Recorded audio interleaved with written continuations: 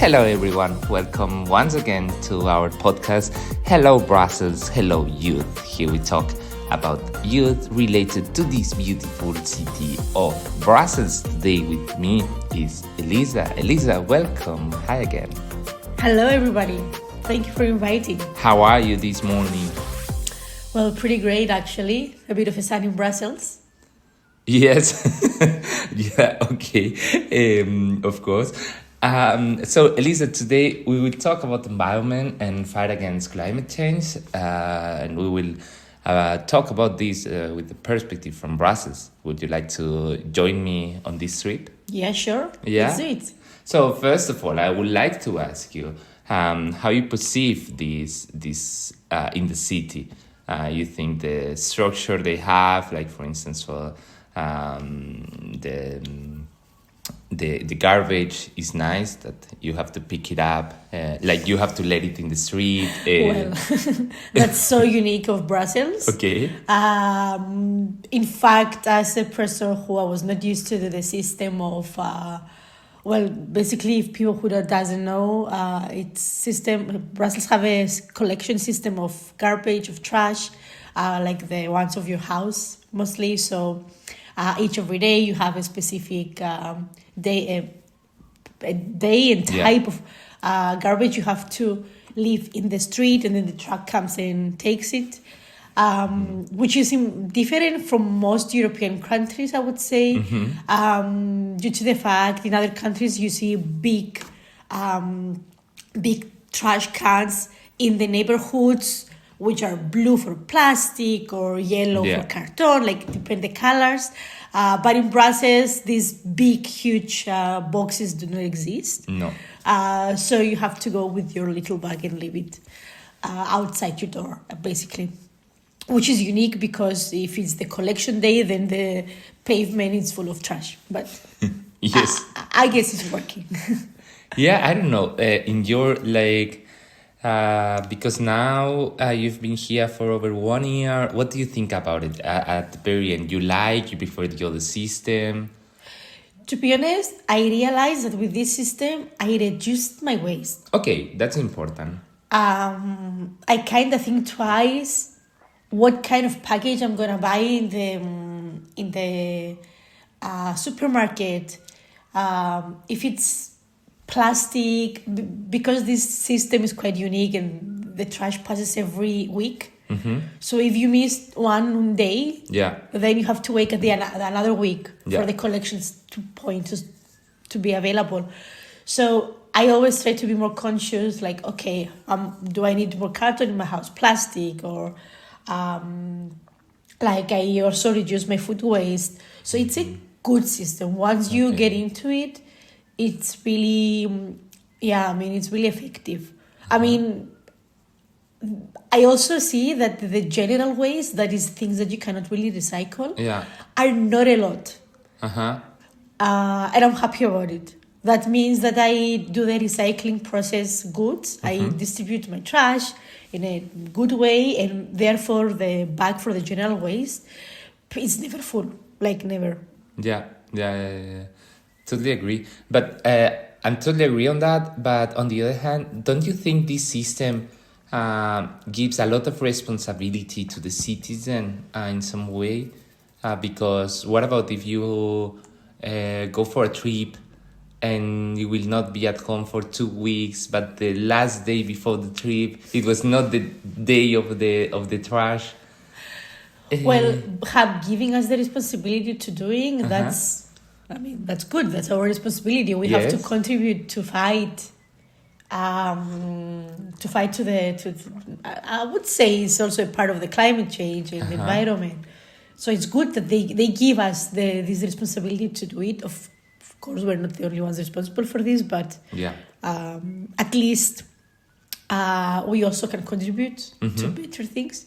But when it comes now to the issue you brought up, it can be challenging. But I would say you have to rely on your trustful neighbors to throw the trash for you. So also it kind of contributes also to to create a little community, or sometimes also it has happened to me, like some neighbor that maybe doesn't know exactly what the maybe I don't know, that person was new and doesn't know exactly yet the days or is confused.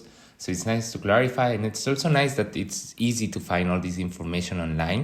If you need it, you only need to Google it, and it's very easy to get this information, which is really nice, I would say. In my case, it has helped me to think twice also about all the products that are mixing paper and plastic. I don't know if you have realized about that, but for instance, for me, it is curious, especially like when you go to the supermarket to buy a croissant or pain de chocolat or something like this. A lot of times, the bag has plastic and paper at the same time, Well, and that's frustrating. And here at home, I'm all the time separating, but it's like, come on, I guess this system in some way it also helps you like to keep realizing all those products that they should be changing their packaging. exactly. I mean, we have a responsibility to do that, but also like big companies, big supermarkets, they have to understand that you should do your part, we should do our part, everyone should contribute. And it's indeed annoying, and it's not, it's also big things that you really have to separate to make sure that they're entering in the correct recycling. But I mean, of course, recycling is not the solution, I would say. Okay, yes. I mean, it's just one other part, because from just to make it more clear, like when you recycle paper, you create more paper. When you recycle plastic bottles, you produce more plastic bottles. The issue here is for us as consumers to stop using that plastic bottle or stop buying that plastic package and reduce our waste. There are many ways to do it, or many ways to rebuild and reconstruct waste apart just from recycling, which is one option. But I mean, there are a million other things, and Brussels is quite progressive on that. Yeah, totally agree. Because about beyond the recycling, I know, Elisa, you have some knowledge about the upcycling, isn't it? Well, I am sometimes getting passionate about the trash that I collect throughout my daily life. So I'm trying to find ways, instead of just recycling a plastic bottle, reusing and giving it a second life. There are many ways to do that with anything that you can think of. For example, I always reuse the glass packaging, the glass bottles with tomato sauce or the peas. I always use it for my sugar later to save other kind of products from the supermarket. Or I even take my glass bottle to the supermarket and I refill it with the products they have, because they usually have like dry lentils or beans. So I try to do it like this, which is really, I mean, it's such an easy procedure to do, and it really saves you from collecting all this plastic and yeah. And what about in the field of art, when we talk about upcycling and art? Do you think? Well, that's another topic that indeed it's really exciting when people do it. And I see nowadays, even when you go around in Brussels, you see a lot of upcycling art workshops. Yeah. I see, due to the how do you call the flea markets around the city, people collect the old things and trash and they rebuild them. Yeah. I mean, for example, they create amazing pieces of art by trash that you would have never thought. Once we've been creating, you can create clothes from plastic. Yeah. You can create a wallet, you can create a lot of things that you cannot imagine. You just have to see the moment, think, oh, okay, I have this trash in front of me, what can I do? And then amazing things happen.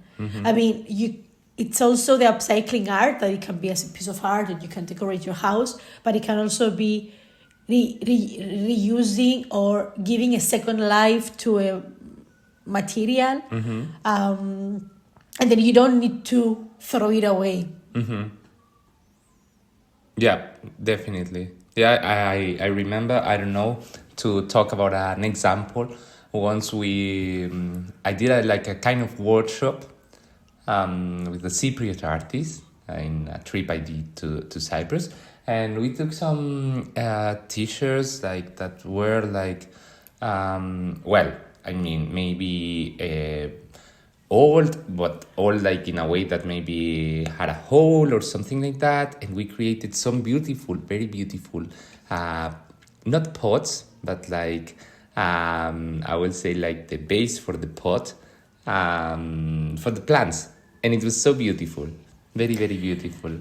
Yeah, and I don't know, that also helped me to see all the possibilities you have with after we even had some information about, yes, as you said, how to build a bag or a tote bag, or I don't know, with a lot of materials. And it was so nice. So Elisa, at the very end, I just wanted to ask you also, what common ideas do you think we can share now here to reduce even more our plastic footprint, or our waste footprint in our daily life as youngsters living in Brussels? I mean, I would say that sometimes it can be challenging because it's easier to throw something away than just thinking something else. But we should think of this matter a bit more long term. We should really come up with an idea. Okay, this water bottle, this plastic package, this old T-shirt I have, the old clothes. What do I do with them? Do I really want to throw them, or can I make something beautiful out of it? So I would really encourage everybody to take a step back, think and rethink how the things that we want to throw away, and we have like, I don't know, a pile of things we don't want, how we can reduce them, how we can reuse them, sorry. And I'm sure you'll find a million ideas. And internet is on our side. So by typing the word upcycling or reusing my old keyboard, I'm sure that you will find amazing ideas of creating nice art by using a keyboard that doesn't really work. And your first thought was, okay, I'm going to throw it in the electronic recycling section, best case, you know? Yeah. If not in the general waste, which of course it doesn't make any sense. No, definitely not. Small practices, daily things. Try to not buy that second bottle, that new plastic bottle from the supermarket. I'm sure Brussels provide in every places you go. They can refill your reusable water bottle. Yeah. So whenever there is a market, try to bring your own your own tote bags. I'm sure people have a lot. Yes. I mean, I have a lot. So I'm keep reusing those tote bags that I get for free, and I have a lot in my house. So I just use it for my vegetables and fruits. So when I go to the supermarket, I avoid to buy a new bag. Yeah, I avoid to purchase something that I don't really need in the very end. And yeah, like small practices, daily things that can really see an impact in your life. Yeah. Totally agree. Especially, I don't know, even in Brussels, in the markets of Brussels, I would say in some of them, I realize that they are still using a lot of plastic. So it's nice to go with our tote bag or our reusable bags in order to, of course, decrease all this use of plastic. Yes, thank you so much, Elisa, for all your words. Let's finish with something a little bit more related to fashion, and let's briefly also talk about the second-hand stores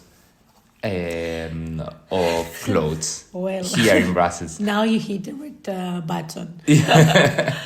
It's indeed something that I'm so happy that I go around thrift shopping in Brussels, and I see every week, every month, more and more people buying from the thrift shops, from the kilo shops. Yeah. Buy vintage clothes. They buy clothes that are actually, they have been alive for so many years. And young people, like especially young people, they keep on buying them. They contribute to stop buying from these big stores.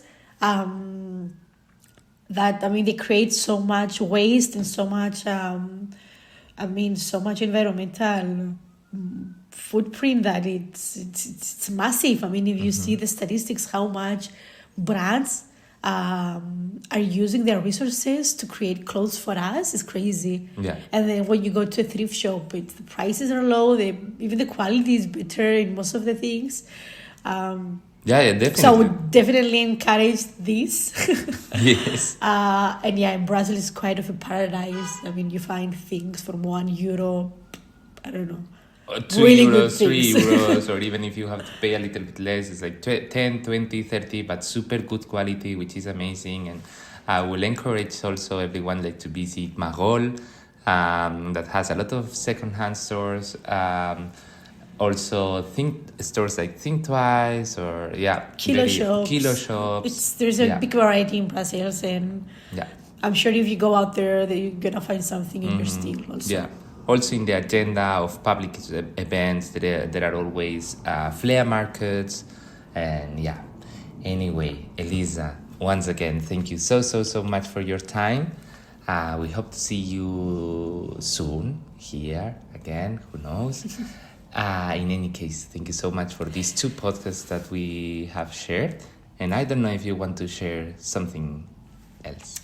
Well, thank you so much. Also, and my last thought would be to always try to think twice before throwing things away, before buying, second, before throwing. Try to reuse as much as possible and give a life a product of more than expected. So thank you.